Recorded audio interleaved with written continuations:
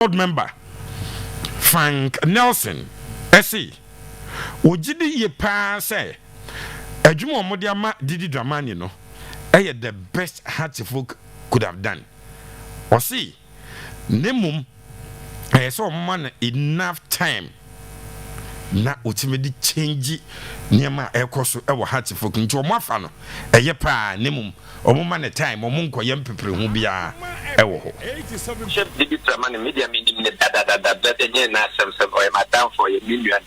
We talk a lot, especially player development, scouting and everything. And yet the first time I'm approaching is scouting. That was about 10 years ago. He was doing fantastic job behind the scene. You understand me? So Chairman himself put in the development of players and key agenda in any job you give him. Develop a club the way that would the owner of the clubs will be appreciated. Be assured that the confidence is there that he will be able to do it. Because maybe a turning point. Because sometimes they do difficult situations that then exactly what you are looking for. Sometimes so you bet maybe your client say this is the person who will help you. Make us say Didi Dramani has all the key to open all the doors that are class of opening. Then I make us may work confidence that what Didi Dramani or betting the age man I'm a class. So that's support business. So all football they are now feeling just entertainment and every other. Yes, entertainment is very important, but a business because you have to check your books, income and revenue, a very important football. So yes, you are not doing business. Well, Frank Nelson, Nwokoro, former board member of Heartfolk. Nana no see ya, and a PRO at the National Chapters Committee. Kobe Jones, ese Debbie, or more house fans in the day. Do omunim, do more pen na a resource. Na omo can't say Didi any team say omo dear league trophy no and omo pay explanation be omo nye bi before bia entum this owura no eji league ne tie said Kobe Jones and so eche nensem. As supporters, the only thing we know is a team winning. If the team doesn't win, then supporters will not be happy. If the team wins, the supporters are happy. With all the methodology and the things you put in to get a win, I mean, some of these explanations, when you give to supporters, they will not comprehend. All that they need is results. We met the board and the management, and they made it clear to us that next season our target is to win the league.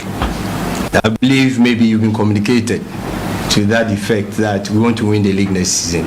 For us, the supporters, we've also resolved to support the board, the management, and you, your technical staff, because we have that confidence in you, and we think that you can do it. We do everything possible to support you, to make sure that we win, we deliver the league trophy next season.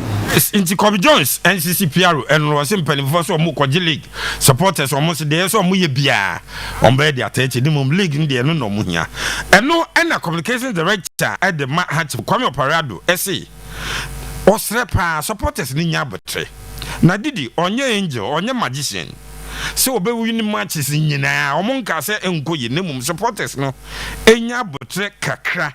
Nenko yes a game bia okom bia omoji win. Kwame Oparado. Well, we want to build a solid foundation that will be very much consistent in terms of producing positive results so that the long-term benefit is what we are looking at. Excuse me to say, they are not magicians or they are not angels. Whatever they do, it will require time, but they also desire our support as well. From the board, the management, whatever that we have to do to ensure that their working conditions, everything is in good standing. Everything has and will continue to be done. So far, it has been positive signs from the supporters, and we hope that it will continue this way so that the benefits that will come, we will all be able to celebrate it. The amount of patience we are calling for, or we think that should come from everybody, is that, look, in football, it is possible that you can go all 34 games without losing. But we should be able to also understand that in football, if you go 34 games, you win 30 and you lose, say, 2 or you lose 4 along the line, we have to be patient with that. It shouldn't we win 2, 3, 4 games, or some games don't go the way we all want it, then it becomes another issue. When it doesn't go the way we expected that the support will still be there, because as much as we are almost all the time what we hear, look, we want the board to buy quality players, we want them to buy this, we want them to bring in quality coaches and do all of that. Yes, the board has done its part. What is left is for us to also do our portion, and our portion is to continue to let the support be that very consistent. Ano parado kasama from Hatchifok. Has I say then ekosi supporters no demand too much and as a management a person more handle and create confusion biana Pepe Hatchifok say uche NCC for no uche management uche former board member but BBI okay Usapeni. So I demand too much from Didi and his team. NCC for once or more dear. So on you know. Too much. Maybe so. Debbie, say a car church as a musa. Has been 14 and what about 4th? And just what was the next day as well, the league. Oh, free 14 for that's what first until Moja coach in a crime. Okay. Me say, I say, Mamma's uncanny be. Yamin Fasama say, has a core relegation. No qualify no bar. The first season they are expected to win the league. Wow. Juventus, Abra. Casiopoli di omoko Serie B no Juventus ba no mo dwene o na e ya fe ni abantino e mpe 14th bi na ya fe ya quartet na wa na gatreo ba Piero say supporters ni nya botre kakra wo so Piero no asem no woka no o frɛ Safoduku a ye be statistics ya sa no beka o frɛ obi a ono ye Piero of the club ebuso panyi da supporters be pene say team kase some Madrid supporters be jatum so ye ye ne kakra no na team ne lose ne relevance supporter. Wow. Damn, Chisa Manchester for season you for me. You have a statistics in you for GDS as Omoje. And not just a big club. Now, some man you for fun say, ye, no idiot. You're not Tottenham, 16 why to idiot. It to be about 10 for beer. The purchase is no more, you know. Matthias Kuna, ne, one more perfect God carries mono, one more Todia Bedi 10th. Yanisa. Okay. For operate, he will speak the way he's speaking. And for the NCC PRO, none of the NCC PRO because oh, there be coaching there. Oh, there Kakabia supporters and Pamela or Mumbo PRO. Me said that team Cassia to Sakot Cornell supporters, but Yatum say, yeah, but statistics season. Now, season I have a Shasium. Summer test, my favorite. Ghost stars, my favorite. Jadi yang count. I just a team losing relevance. And it was a penyam Penemasadi and Grangoso. What is asking too much if Tima Odi 4th? No, I have 5 points away from the league title. 5 points away from the league title. Now the supporter no yako for coach. Yeah, coach so yeah, dear chain, dear Odi 4th no. Coach near Daban, yeah, dear chain Odi 4th no. And as some question, nya the Odi 4th you go and nya the KG. No, ba yan san you say amount time ade dey be. Yeah, time be. It is Abi Alonso bad for arguing there. Next is one league anyare. Obetuma 6 months no call. Yes. 6. Rafa Benitez ba Madrid who go have or call them. William Lopetegui na at the Spain are qualified in grand style to World Cup. Adia ba chami about World Cup na French press ko kazo your next coach eh William Lopetegui national team ko no mu jano kwan. And what ba Madrid no di 3 months Madrid ejano kwan.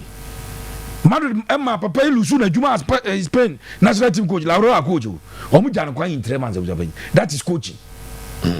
Enti has a for coach in the catch na buza penyu we technical team no masesha. Didi Dramani. Abdullah Ghazali. Najau Isa. Former Black Stars goalkeepers coach. Abdullah Ghazali, a head coach of a Premier League team, Warezaba assistant. Now she's a technical team where I'm a baby, says and Chelsea has Beji League. Yes. But nobody can lower the expectations. Young function, there be the FN there be Yanisa.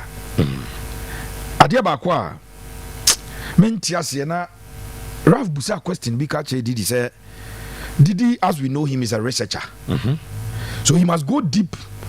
No Musa no question say the NGA Omunji League in recent times post Boduno a coaching Kwana. Okay. Abzabani. Me ura po bi man no. players na akase link to us nyina no as has a jay chidina and I will be a transfer good pa and I want ya tum sene yenya asani kura wa no e good pa nje and sa no mo ye no omo ba build team ana yes you want target striker bi o ya de pam ko ese obo Northern City yeah January mo kofa ani ase nji gama ba ko from tamale sa Pierre nyon to player se wo coach no gitum say striker wo hia no ye Northern City striker ye de na ba bu se banyi ye de ese ko league no ma ye o almost obo de obo ni mu ano no omo kofa the league na team o gi league ato so nsia so no person gi league ba ko a ese hu se supporter what that Spanish but me tia Miss Didi has there na Rafa samnazi e twade sende no so onima ba ko no one wo ko yebza banyi no dance to board no team no pa one dey na fe wadane yi the spokesperson for the club ai and I go to player was 2 billion na 2 billion not 5 oh akwate mass also to 5 and I 10 na league no je mass say and na we ko camp we tuas na kwana ye mass ni nyina yebza banyi gone enti Didi masere no has any one there oh here sharp strikers so obenya bi African continent ha wo mo ya de o metuma baba e better o mesere Didi Dramani okay so tratra hu say ya busa panyi wo mo unso mo ko fa Tamale City striker ba ko ba January transfer window no yeah ono wo ho ne esi coach say na ni gye ne ho coach woni ntimi nye ne ho na ni ntimi nye ne ho ze gama no wan shegu wo ba e bia wo hu new coach nti or inspired to perform. Did you go Casati say opare? Oh, Casati opare. Me Casati say phobia supporter. Oh, Casati opare. Oh, Casati say Kobijoso. Also, Casati opare. I'm saying, one must identify by where so no striker the man Northern City. We free in a buy.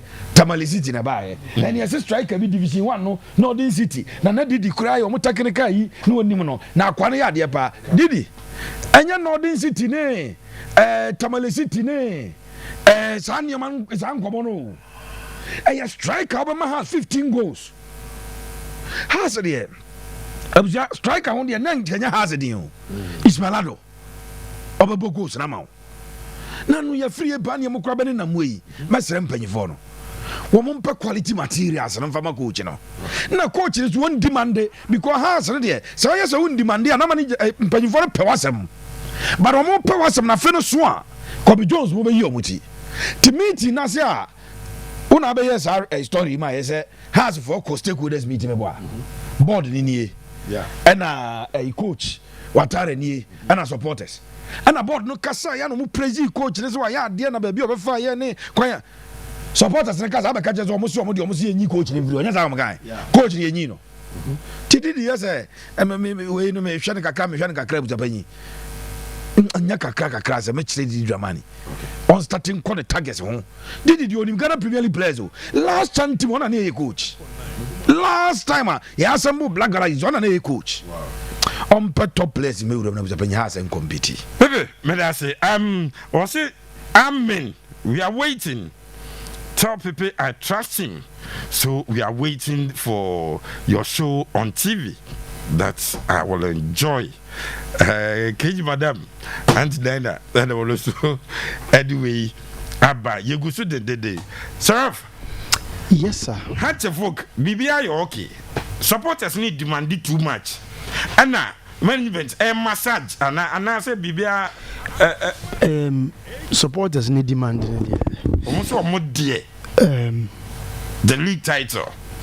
See, the following season, almost double. You ubenya the moral justification to make demands when who play your role as a. Or say dear, supporters or more be or more promise it or more more. So now let's analyze it. Okay.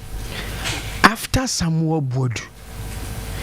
Na supporters need to me ko to hwe gui enso hwe gui nyame susme na after Samuel Bodu omunka how to folk supporters have supported this club to the I think they were disappointed with the sacking of Samuel Bodu and when the has supporters in Kikamubiana. So if we person will analyze the responsibility of Accra House of Folk supporters, And as to whether so omo live up to expectations, omo to me they expect say obi say oye a supporter of a club, no onye just an ordinary admirer, onye an ordinary fan, but or support the club and a duty and response. House of Folk support, House of Folk to me ball almost empty stadium. Omunye bida. Obi anko hebo House of Football. Omunye bida so omu di team lechi. Me say, and it's said you okay a reference to time, but in recent times, House of Folk supporters abandoned the club. Into the justification to the man, House of Folk supporters, supporters, you know, we now abandon clubs. In terms of say obi benya obviously what the moral right obuzu say enye yisa kotoko supporters di team na chi takwa mutu kwai ba has the okay ma se jana mo de ndie chen yo seraf kan wa se has the enye o enye kra me ne aje pass wo kan obi na supporters o mo master o mo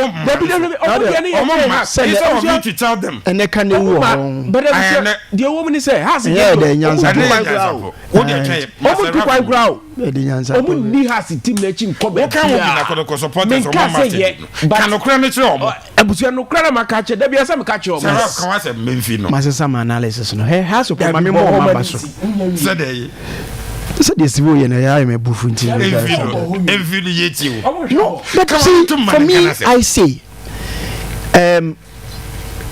for you so person